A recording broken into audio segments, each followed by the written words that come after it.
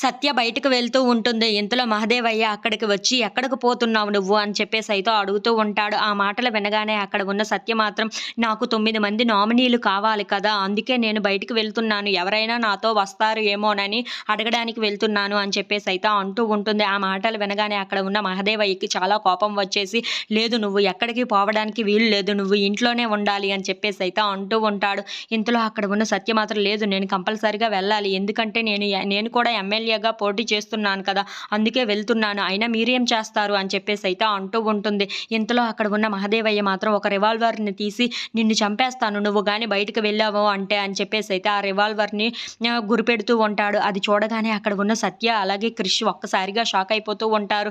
"ఏంటి, మీరు నన్ను చంపేస్తే ఎమ్మెల్యే అవ్వరు, హంతకుడు అవుతారు. అప్పుడు జైలుకి వెళ్లి ఉంటారు" అని చెప్పేసి అయితే అంటూ ఉంటుంది. ఇంతలో అక్కడ ఉన్న మహదేవయ్య చాలా కోపంతో, "సత్య, నువ్వు బయటికి వెళ్ళడానికి వీలు లేదని చెప్పాను కదా" అని చెప్పేసి అయితే అంటూ ఉంటాడు. ఇంతలో ఆ మాటలు పట్టించుకోకుండా సత్య మాత్రం ఇంట్లో నుండి బయటికి వెళ్తూ ఉంటుంది. అది చూసిన మహదేవయ్య అయితే, "సత్య, నేను చెప్పేది వింటావా లేదంటే షూట్ చేసేయమంటావా?" అని చెప్పేసి అయితే అంటూ ఉంటాడు. ఇంతలో అక్కడ ఉన్న సత్య మాత్రం బయటికి వెళ్ళిపోతూ ఉంటుంది. అది చూసిన మహదేవయ్య చాలా కోపంతో తనకి గన్నుని అయితే షూట్ చేస్తూ ఉంటాడు. అది చూడగానే అక్కడ ఉన్న క్రిష్, సత్య వాళ్ళు అందరూ అయితే ఒక్కసారిగా షాక్ అయిపోతూ ఉంటారు. ఇంతలో తనకి ఆ బుల్లెట్ తగలడంతో, "అమ్మా!" అని చెప్పేసి అయితే సత్య చాలా గట్టిగా అరుస్తూ ఉంటుంది. ఇంతలో అక్కడ ఉన్న వాళ్ళందరూ అయితే ఒక్కసారిగా షాక్ అయిపోయి సత్య దగ్గరకు పరిగెట్టుకుంటూ వెళ్తూ ఉంటారు. If you like this video, please like, share and subscribe friends.